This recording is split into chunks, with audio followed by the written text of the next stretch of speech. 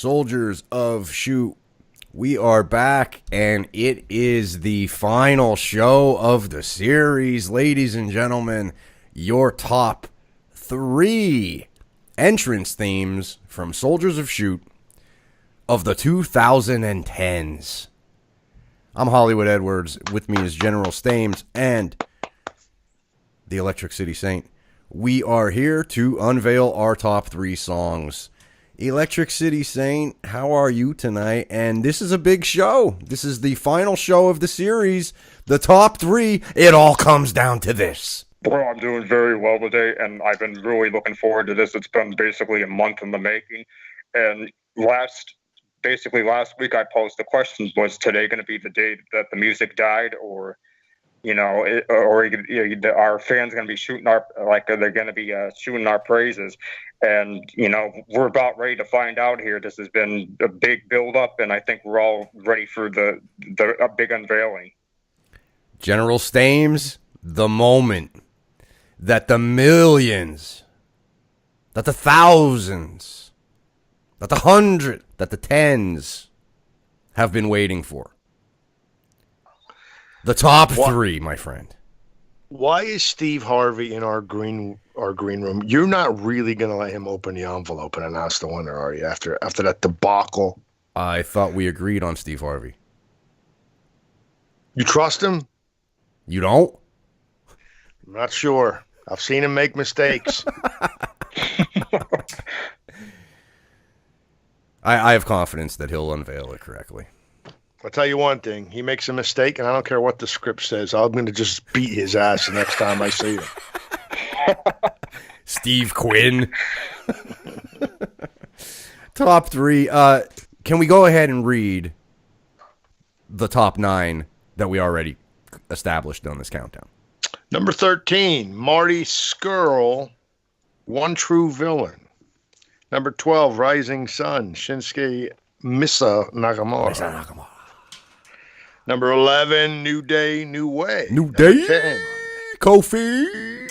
Number 10, True Love, Maria and Mike Kanellis. Number 9, The Funkasaurus, Elvis Clay. Somebody call my mama. Bobby, somebody call my mama. Come on.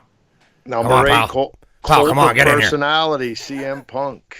Speaking of the Electric City Saint, CM Punk. 7, Kingdom, Cody Rhodes. Another choice by the Steamtown Stunner. Number 6, Brother Nero. Oh, that was yours, General. It was. Obsolete. Number 5, Hardcore Country. Yeah, Edwards. Mickey James. And number 4, Evil Ways, AJ Styles. Yes, all 3 of us had that one on the list. It all comes down to this, gentlemen. 3, 2, 1 at number 3. Number 3. Give me that Barry White voice, Steamtown Stunner. Come on. Number 3. I've heard that before. Bullet Club. For life. Number 3. Modern song. Great one.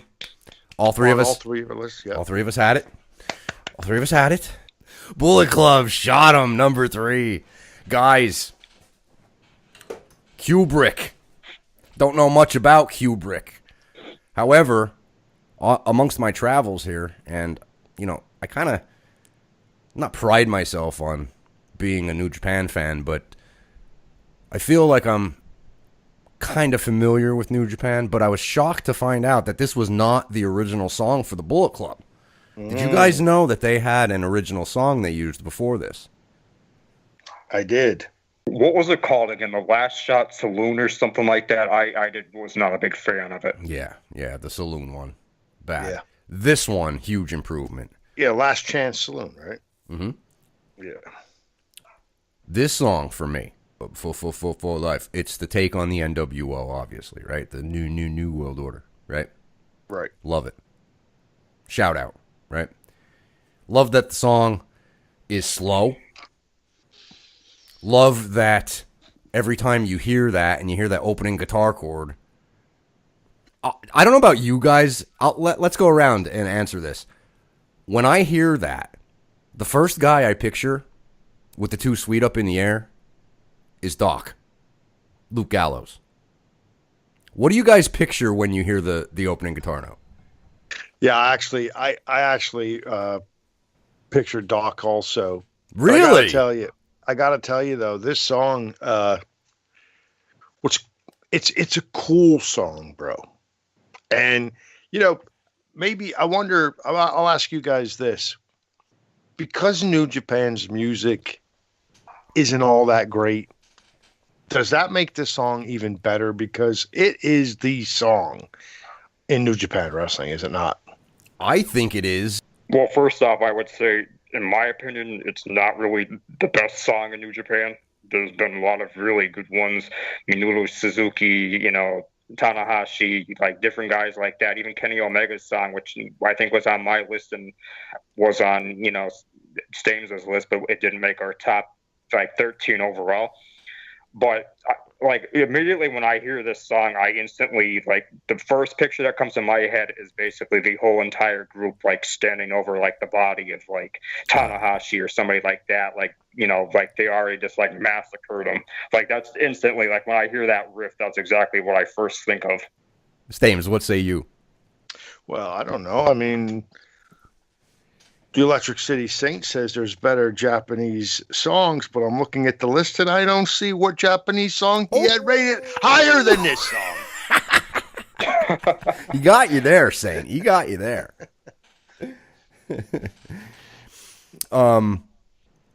Yeah, not much to say about this as far as the writing of it. Kubrick is a mystery to me. There's not much intel out there. He did also do the Carl Anderson song. My thing about, we could talk about this song, but boy, this group started in the beginning of 2013. It is 2019, and this faction is still relevant. Name me another faction today, 2019, that started before the beginning of 2013. You can't. And you know what I think that is? I think it's because the ace or the leader changes every year and a half. They have a new guy at the top. It seems like it, yeah. I think that keeps it fresh and keeps it rejuvenated. And I don't think that was a plan. I think it right. just happened that way, and they just rolled with it, and it's been working like that. So, I mean, now they got Jay White. You guys did a whole show practically on Jay White just a week or two ago? Yeah. We've all said it in the past, even before this channel started. We're big fans of Jay White, and we're big fans of what the Bullet Club embodies. The whole entire thing. This has been one of the best gimmicks in professional wrestling in the last several years, and it's standing the test of time. Obviously, as you said, it's been around since 2013. Here it's 2019, and they really show no signs of slowing down, in my opinion. Yeah, I mean, there's been wrestlers that have come and gone to New Japan Professional Wrestling, but since the beginning of 2013, one thing that has been a stable, steady thing in New Japan Pro Wrestling is the Bullet Club. Favorite personal era, and I know I'm saying era, they're only 6 years old. Right. Fergal Devitt, AJ, Kenny Omega, or Cody. It's too early to include Jay White because he's just getting started. That's great that you actually put a Japanese spin on Jay White's name. Jay Wright. Good for you, bro. So favorite era of Bullet Club? For me, I would say it's definitely the AJ Styles era, or the kind of, I don't know. Actually, I'll actually backtrack on that. I'll say it's a tie between the AJ Styles era and the era in between of the Kenny Omega and Cody, when they were basically feuding over who was actually going to be the true leader of Bullet Club. I really enjoyed that storyline and that whole saga. Very good stuff. I loved Kenny Omega's work in the Bullet Club. So I'm going to pick the Kenny Omega era. Now, maybe the guys in the club may not have been as good because when AJ was in, Omega was also in. So it was a great group then. But I did enjoy both of those groups. But boy, I loved the work that Kenny Omega did in Bullet Club. How about you? Me personally, I would go AJ's era hands down. I did love the story Saint that they played out with Omega and Cody, but I think they were just at their dominant peak and most interesting under AJ. Just my personal opinion. So here we go, number 3. Shot 'em, Bullet Club. Bullet Club. For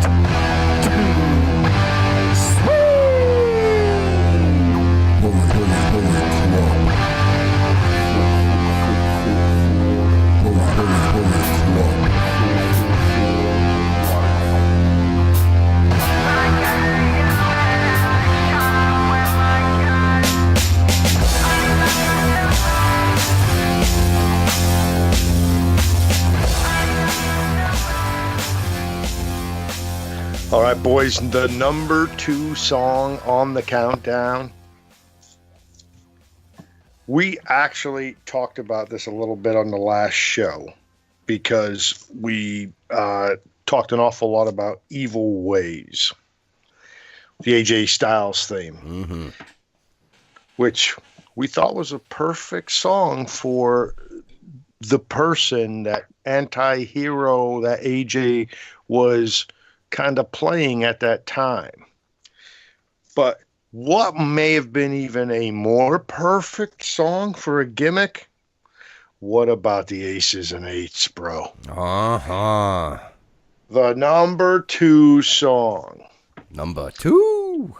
Now, look, it's a great song. There's no doubt about it. Read the words. The lyrics are fantastic. I think the music is perfect.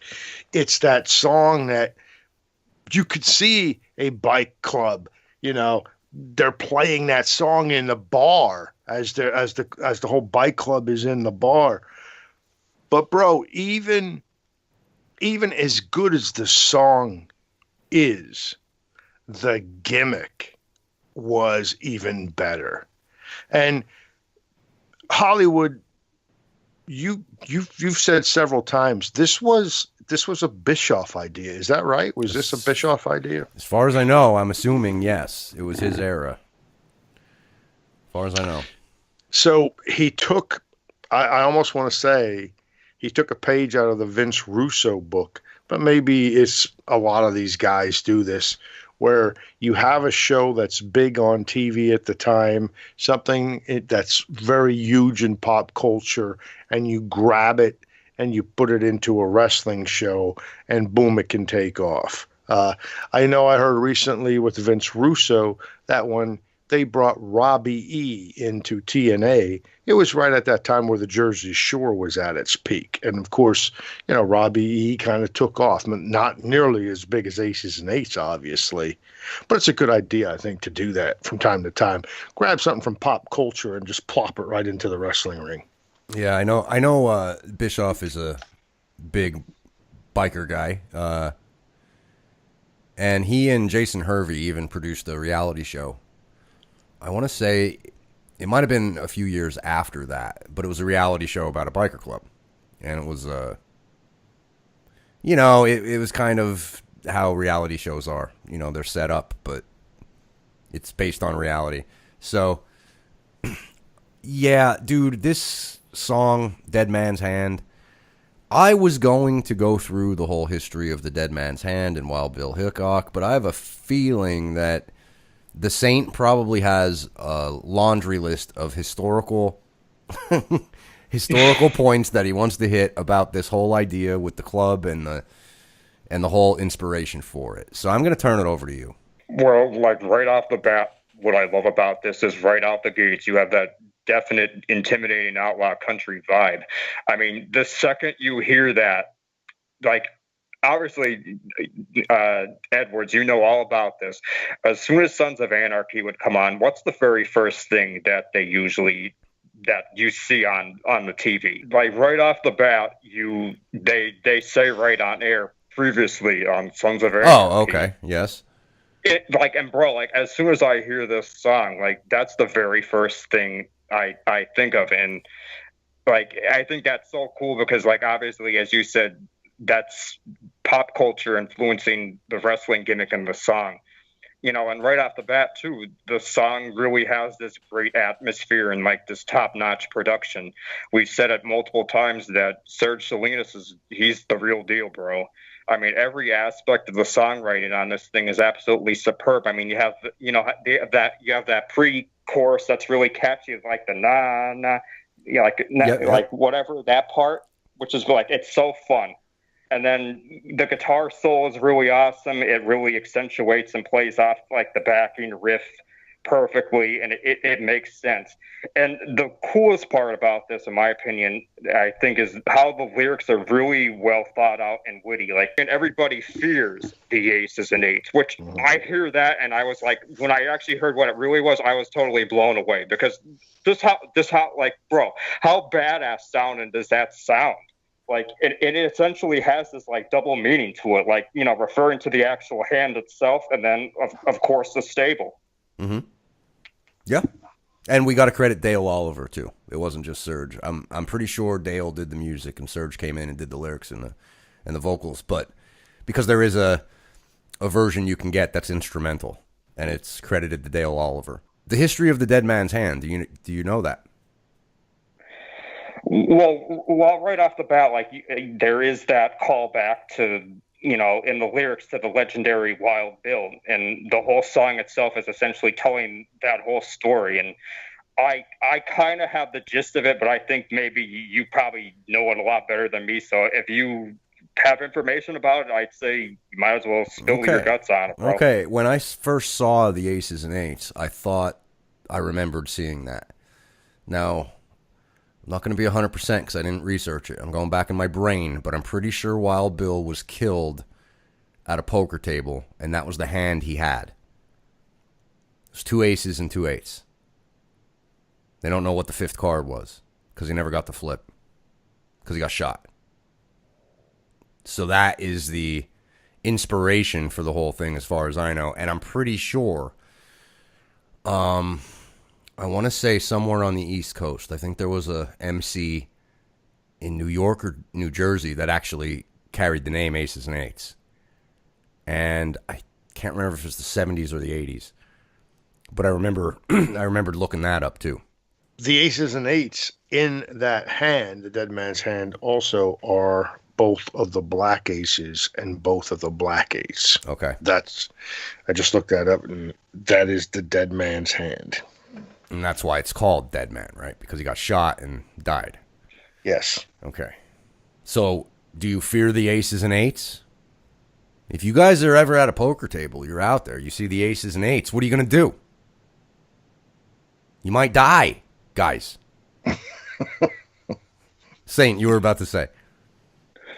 Again, with this whole theme with, the poker table thing, I mean, I really love this one line where he goes, ready for the trigger in case it might go down. You'll either come out standing like a winner or lying in a pine box 6 feet underground. Like, bro, everything about that is so brilliant. Dude, he didn't say coffin. He used pine box. Mm-hmm. That's a stroke of genius. That's in character. That's the songwriter being in character. Serge, I can't stand it, man. This guy is perfect. We should probably try and get him on. The Serge Salinas episode. It will forever know me. I'm sure as he hears the love that is being displayed for him on this show, he'll want to come on. I'm sure of it. Oh, no, this is a ploy to get my wife. No, we just want you, Serge. We'll leave Dixie alone. We just want Serge. All right, so getting into the storyline itself, and we did touch upon this on the last episode with AJ, but I think we can go farther. And I don't know if you guys want to be here for 3 hours listening to this, but we could go pretty deep into the aces and eights. But when that thing started, correct me if I'm wrong, guys, but I remember bits and pieces of the story, like my favorite moments. But did that start? Weren't they masked? Like, weren't Yes. guys just hitting their? Okay, who was the first one to be unveiled? Do you guys remember? I want to say it might have been Wes Briscoe. Okay, I think it was one of the minor guys, right? And we were Yeah. like, who the hell? What? Right. What is this? Yeah, and really in the last show, we talked about the AJ thing, but one thing we didn't do is give enough time to Wes Briscoe and Garrett Bischoff, so we're going to want to do that for sure. Yeah, well, we did mention them, which might be too much time already. So, yeah, they were the minor guys. But yeah, I'm pretty sure that I think early on, one of those guys, I think it was Wes Briscoe that may have gotten unmasked first, if I'm remembering correctly. When I first thought about it, I actually thought it was Devon was the first person unmasked, but I'm pretty sure now that I think about it, that probably isn't correct. Devon may have been the first guy that we knew. And I'm thinking maybe Devon was the one where we went, what? It's freaking Devon. Okay, on January 31st, it says here on the open fight night edition of Impact, it was revealed that Kurt Angle's friends Wes Briscoe and Garrett Bischoff were revealed as members of the Aces and Eights. Angle defeated Anderson in a cage match while Briscoe watched from ringside. After the match, a masked member of Aces and Eights confronted Angle, then revealed himself as Bischoff. Briscoe feigned surprised and suddenly attacked Angle with Bischoff. So, you know, in a way, I guess you'd say it was Bischoff then that revealed himself first, although Wes Briscoe was already revealed, but not as an Aces and Eight. Okay. Until Bischoff. So it was both of the minor guys that revealed themselves first. It's a good way to start. Build it up. Right? Absolutely. Bro, I mean, Nuxie was a part of that group, man. I mean, come on. Bro, Nux brought it. See, that's the thing. Even the minor guys, I thought they did a fine enough job. Nux and Bischoff and Briscoe. And the smart thing was they were kind of the jobbers of the group. You know what I mean? You didn't have the top tier taking losses for the club. Right. Yeah, you had Nuxie. Doc was in there, of course. Devon. Later on, Mr. Anderson. I remember that night where weren't they getting Anderson drunk that one night? That was kind of like yes. That was like a funny episode that was going on. I mean, there was some funny stuff going on in that gimmick, man. They had some great scenes, you know, whether it be like when they were in the back drinking or whatever, arguing, you know. There were some great scenes, but the fact that that thing ran for almost 2 years with that group. Yep. I mean, dude, and I know, you know, we knock the WWE a lot, and I'm going to do that again right now. Could you imagine them taking a group like this and running it for 2 years? They couldn't do it. They couldn't do it. People will say out there, but they've been running the New Day for more than 2 years. No, that's not the same thing. There's no story to the New Day. There was a story to the Aces and Eights. I mean, it kept building and building and building. There were, you know, guys were coming in. They were being revealed. I mean, it kept going on.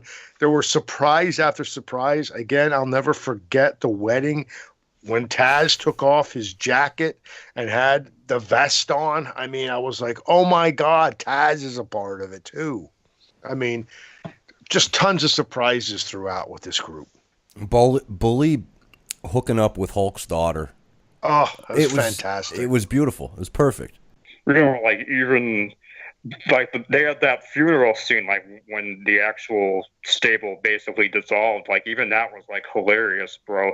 And they were, like you said, they basically were going strong since basically, I think June of 2012, and then they went on till 2013, like in November. That was a year-long storyline that.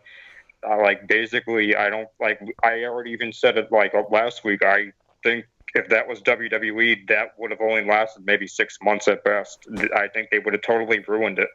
But like everything about the stable was just so awesome. Like I think if you introduce this to somebody that doesn't know anything about wrestling, I think they would have really bought into the fact that they were a motorcycle club. Everything about it was.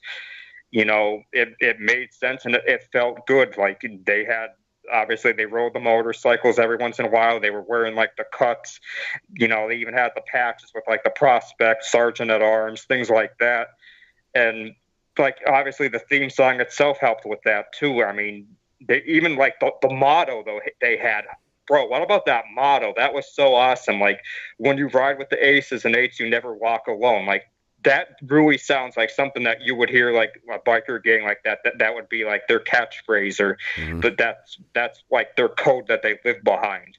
Everything about it like just made so much sense and was done so well. Bro, do you remember towards the end that the president of the Aces and Eights, Bully Ray, he started to make some bad decisions. His judgment seemed to be clouded.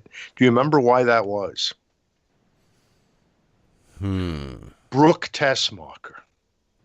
Bro, that isn't it something that, you know, every good man, that ass will bring a good man down. It's always that Brooke ass. Yeah, dude. He went from one Brookie to the other Brookie. Remember that was kind of funny. So the angle itself, the story itself, it was tremendous. It was memorable. I gotta say, personally, I haven't bought up until that point a wrestling T-shirt in years, and I actually broke down and ordered one from TNAshop.com. Yeah. So that's some interesting trivia there. But even before you did that, you made one for your son. True story. You you made him. I'll never forget this video. You're pushing him through the kitchen on the toy. Was it like a little tyke deal or something? Yep. Some kind of gimmick like that. Now, it didn't look that badass because it was little tykes, but you know. So he's got the vest on, and you made out of paper the Aces and Eights emblem, and you had the vest all done up. But the funniest thing in the world is your wife comes in the door. You're showing her the kid going around the kitchen in the bike. To the song, by the way. And your wife goes, wait a minute, you made him a prospect, and your kid starts bawling. He was 2. I couldn't make him a president. What the hell did she want? He knew when she said prospect, that wasn't good. Mm-hmm. So, yeah, I mean, and I'm not going to say it was TNA's last great story because, of course, they had all the, the broken Matt Hardy stuff and whatnot after that. And I think even Bully Ray then, he turned face, and that's when he put Dixie through the table. That was after Aces and Eights, correct? Yes. So they still had some good programming after that. But, excuse me, I don't know. I'm trying to think. I don't think the broken Matt Hardy thing ran as long as the Aces and Eights. I don't think it ran for a year, over a year like Aces and Eights. So I think that was their last long, great story that I can remember before I stopped watching. Our boy Surge. Surge, we need you. We have a lot of questions. You guys are such marks for Surge. It's unbelievable. And I'll leave it at that. I mean, here we are now with Aces and Eights, Dead Man's Hand. We've got what here? Let me count here. All right, 1, 2, 3, 4 of the last 5 songs, fellas, are Surge songs. Well, TNA Impact songs. You guys ought to be embarrassed of yourselves. Thank God we have the number 1 song still coming up, and I'm sure that's that. I'm sure that's WWE. Number 2, Dead Man's Hand, Aces and Eights.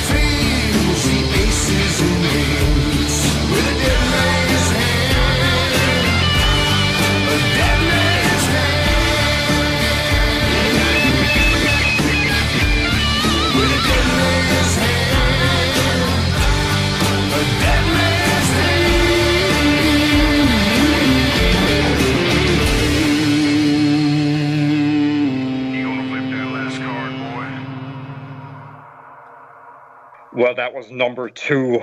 One of our big ones, of course, The Dead Man's Hand. Wasn't not on my personal list, but I'm a big fan of the song either way. I think if we made this a top 15, it definitely would have made it. But now it is time for the big one. This has been a month in the making. The big pick, a overwhelming success as far as points. This basically totally destroyed everything else as far as like the points. Like this was just basically it totally won by over like 12 points or something. And it is the big one, boys. Are you ready? Here we go. Number one. Sorry about your damn luck. Yes. It is Cowboy James Storm, long necks and rednecks.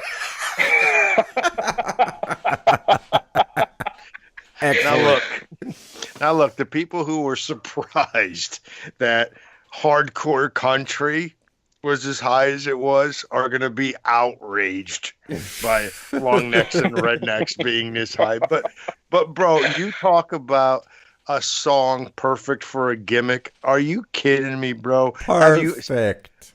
Have you seen the video out there? James Storm is in the damn video. He's running his game in the bar. He comes away with the woman. Mm-hmm. I mean, this song is the perfect song for James Storm. There's no doubt about it.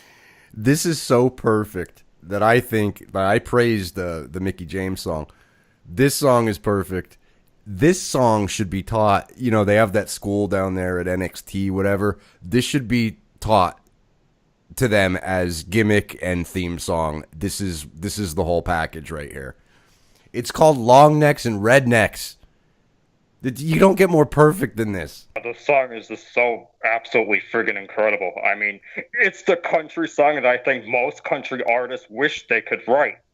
I mean, everything about this song is flawless, from the lyrics to the guitars, the actual singing, everything between. Like, it's infectiously catchy. Every time I hear this song, I automatically want to sing along to it. And the big thing is, I don't even drink alcohol at all.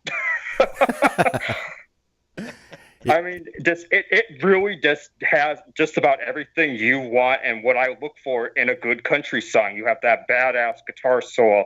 You have the more of that country like rock vibe, and like of course the catchy chorus, and even the beginning of it. He goes, he's the creek swimming, moonshine sipping, deer skinning, beer drinking, Johnny Cash listening. I mean, right off the bat, that tells you everything you need to know about this band. It's incredible. It's just so damn good, and it fits James Storm's character perfectly. I mean, it just kicks so much ass, and bro, he does even more so. Saying it's not Johnny Cash listening, it's Johnny Cash listening. Oh. There you go. Dude, I'll tell you what, here's a little Hollywood history for you. Stames, you probably know this because we may have the exact same story, but the first time I turned on TNA in live time was when Motor City Machine Guns and Beer Money. Yes, that's right, Lifetime. I didn't watch any of the the previous Asylum years, whatever, while it was going on. First time was Motor City Machine Guns, Beer Money. They were doing that Best of 7 series. I knew TNA existed. I didn't give a crap about TNA existing, so I didn't watch TNA existing. But the buzz that tag Best of 7 created made me put it on. And when I put it on, I went, holy crap, look at these guys. And the first one I gravitated to was the Cowboy. Fast forward. Of course, I fell in love with AJ. Fell in love with the mid-card. Fell in love with the knockouts. But for me, my guy from TNA is indeed the long neck and redneck singing James Storm. By the way, was that this past Monday that he was backstage? I saw that. I don't know if it's true. Is that true? I don't know. I read an article that he was backstage at Raw, so I guess we'll see. Who knows? Maybe he's just visiting his buddy Rude. I don't know. Well, I'll tell you what. I don't know if you two agree with me, but it's a travesty that this guy is not working. Hasn't been announced for AEW, not in Ring of Honor, not on WWE. It's a travesty. This guy is so good. I don't care what negative you have to say. He is the most believable thing probably in wrestling right now. Seriously. Yeah, and it's kind of head scratching that I don't know what's going on between him and Impact. Maybe it's him. Maybe he doesn't want to work for them. You know, they went through the tough times where the checks weren't coming and all that business. But if I was Impact, I would want him on my show. I mean, they already have the damn song. It's a great song. It's a great gimmick. Why wouldn't you want him on your show? For real, I don't know why in the hell he's not in a major promotion right now, because he is such a damn talented guy. He's very over with the fans. I don't care what anybody says. The dude could really go. You know, I know he's getting a little bit older. I know he kind of has like that beer gut to him, but bro, he's pretty much way more athletic than probably the three of us combined. No, I mean, for real. That beer gut's just a part of the gimmick. Right, of course. I kind of feel like it is too. But like, I do think it's crazy that he really is not with any kind of promotion right now, because I think any company that picks him up would instantly benefit from it. Absolutely. Absolutely. And, you know, the Cowboy is pretty much perfect. But do you guys remember when he turned heel and started that faction? They threw random 3 guys at him and said, go ahead, get them over. You remember that era? I do remember that, yeah. It was kind of like he was doing Bray Wyatt better than Bray Wyatt was doing Bray Wyatt, like in a sense. And he was doing that whistle thing. And it's interesting, like Walking Dead fans out there, before Negan came on the show and was doing that whistle, it's the same whistle. It's the same whistle. And James Storm and TNA were doing that whistle. And it was the same. It was that dark group that he was leading that was out in the middle of nowhere. The Revolution, yes. Yeah, Sonato is on there from New Japan. Yeah, and that big Indian guy, right, was in there. Uta. Who else was in that? Was Manic in there? Or Manic, yep. Indian guy. Oh, no, I don't think he had the... You mean... The guy that was doing the dancing or the Bollywood stuff and all, I don't think he had him, did he? I thought he had him. I thought they turned him heel for a point. I'm serious. Might have to look that up. Okay, I'll take a look for it. I don't remember him being there. Okay. Yeah, I really don't remember exactly who they had, actually. Like, I remember that storyline because it very much was, like, I remember comments and everything where there's, like, people are saying he's ripping off Bray Wyatt and all this. But like you said, Edwards, I think at a time there, he was doing it better than Bray Wyatt. It was very similar with that kind of Southern, like, cultist, yes, like, leader gimmick. Yes. And I think he was doing so well with it. And he, like, it's funny because, like, he almost seemed like creepy, like the way he was doing. Like, I think even, like, didn't he like kidnap a girl or something on the show or something? Yes, yes. Yeah, I remember that. Yep, they kidnapped someone. Yep, and she was being held hostage out in the middle of the woods or whatever. And again, it's the writing of TNA at the time. Like, they should have been doing that stuff with Bray Wyatt. That's what I mean by, like, Storm was doing better Bray Wyatt than Bray Wyatt. It's probably because he had the opportunity to, because they were filming things like that out in the woods, you know. But yeah, my preference is that Cowboy character, but it just shows that a guy that can pull off both very well is unemployed. I mean, I don't understand it. Yeah, I don't get it either. I mean, the guy's such a talented guy. And again, he's got a built-in gimmick. So why isn't he somewhere? Now, is he out, like, in the indie scene? Is he working out like that? The last I saw him, he did one of the NWA pop-up shows for some indie somewhere, and he wrestled Nick Aldis. So he is still working, but I don't know, man. I don't know why people... I'll just say I don't know why Vince wouldn't hire him. There's a role for him somewhere. Well, he was in NXT, right? I mean, they were looking at him. He was down there trying out or something, wasn't he down there in Florida trying out, or something was going on there? Mm-hmm. Yeah, I think he did a couple of shows. Yeah. for them. Yeah, the beer money thing was great too. I mean, those two guys were a great tag team. And I'm not a Bobby Roode fan. I always kind of felt like he was a little on the boring side. I really think James Storm carried that tag team. The Revolution was James Storm, Abyss, The Great Sonata, Manic, Serena, and Koya. Ah, Koya before he was Mahabali Shira. Right, Shira. Yes. I know I had Shira for a time on my fantasy team. How'd that work out for you? Actually, he scored some points. At one time, he wasn't too bad because he'd come out every week and do that stupid-ass dance. That's 2 points, right? That's right. And if he talked, it was even more. Saint, we have to talk to you about that. Go ahead, jump in, Saint. Well, I will say that this dude is just so damn versatile, and he's proven multiple times that he's not a one-trick pony. As you said, he's a tag team specialist, but he could also definitely produce some good main event quality singles matches. He's proven that multiple times in TNA, and like you said before, he was on NXT a few times.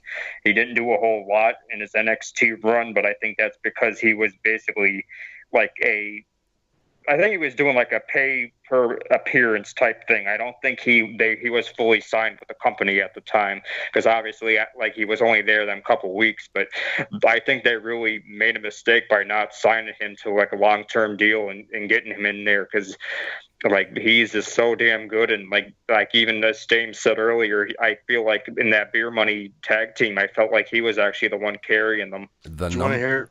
Go ahead. Do you want to hear? I got something here that will make you hate someone more than you already hate them. I don't know if I want to do it or not. I'm interested. Now you have to. No, okay, I'll do it. So listen to this. In 2005, James Storm and Chris Harris were named Tag Team of the Year by Wrestling Observer Newsletter. Which means nothing, but go ahead. In 2006,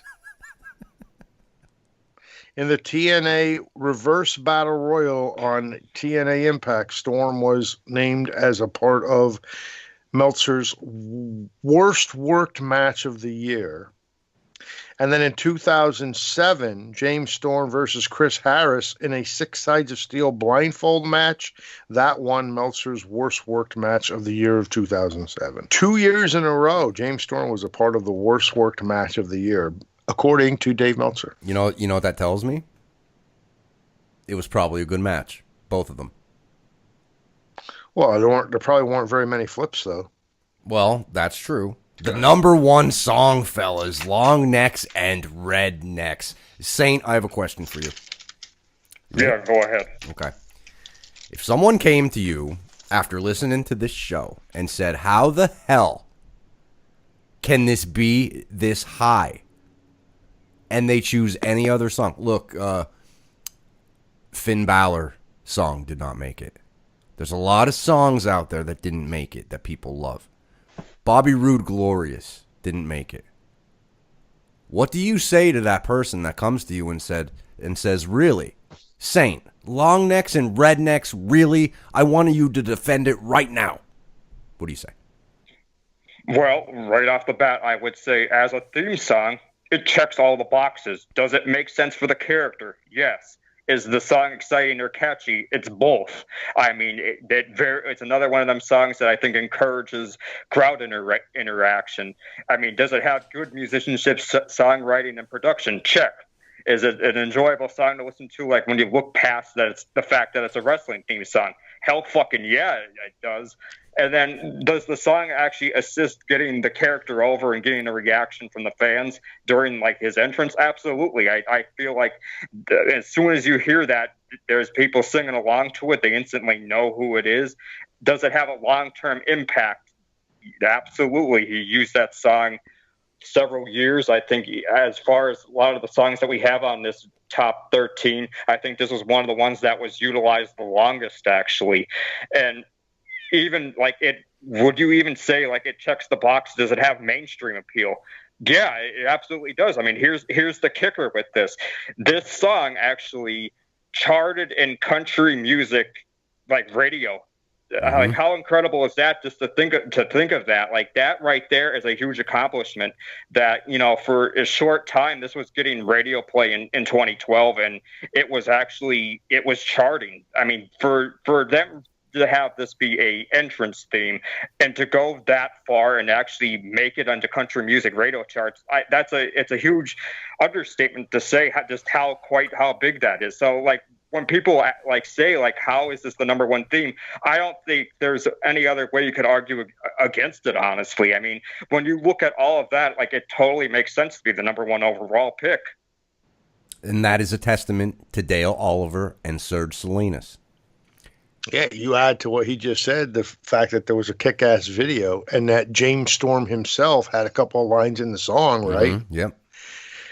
I mean, bro, let's face it. It checks, like Bobby said, it checks all the boxes, bro. It gets all the demandments of theme music, wrestling theme music. There you go. There you go. Right. I can't say it better than that. Perfect. You know, too, and as I've said with the Aces and Eights theme, Dale Oliver and Serge Salinas produced so many damn good entrance themes that actually, you know, they sound like quote unquote, you know, real songs as opposed to entrance themes. And right here, this song here, and even the Aces and Eights theme, this is about as high quality and professional sounding as you could get. And I don't quite think that people understand just how truly incredible this guy is. I mean, he's a genius. And I believe even that is an understatement. I mean, he really deserves a lot of credit for all the work he did in TNA all the years, producing all these, you know, tremendous songs. I think, unfortunately for him, though, I think his his contributions and talent are going to be vastly underappreciated. But I will say this on behalf of all three of us: I think we here at Soldiers of Shoot appreciate you, sir. I mean, and, you know, thank you for all the great themes that you've produced over the last several years for TNA. I mean, I think a lot of them really were so damn good and really helped the characters get over. Amen. And amen. Are you boys ready to hear some long necks and rednecks? Oh, yeah. Hell yeah, brother. Play that shit. The number one song. Long necks and rednecks. Sorry about your damn luck.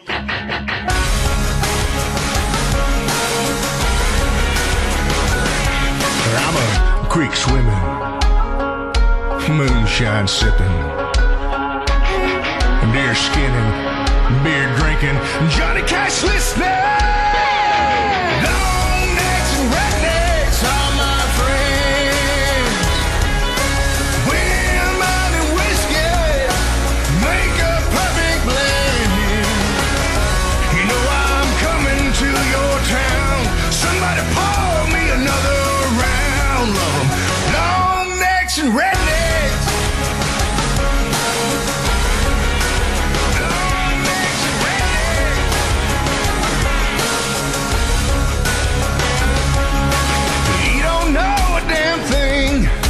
About my wants and needs, so don't be judging me, 'cause I'll drop you to your knees.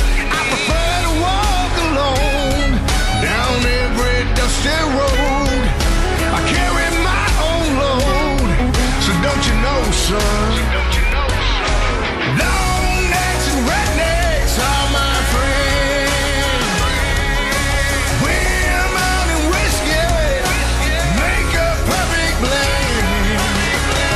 You know I'm coming to your town. Somebody pour me another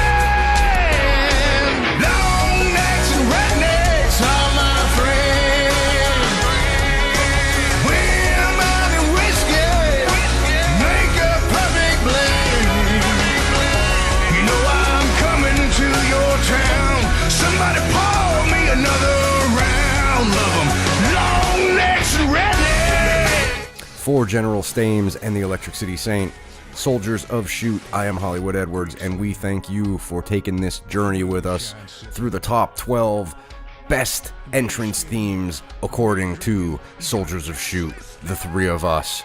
We appreciate you for listening, and we'll see you next decade. Sing it, Serge!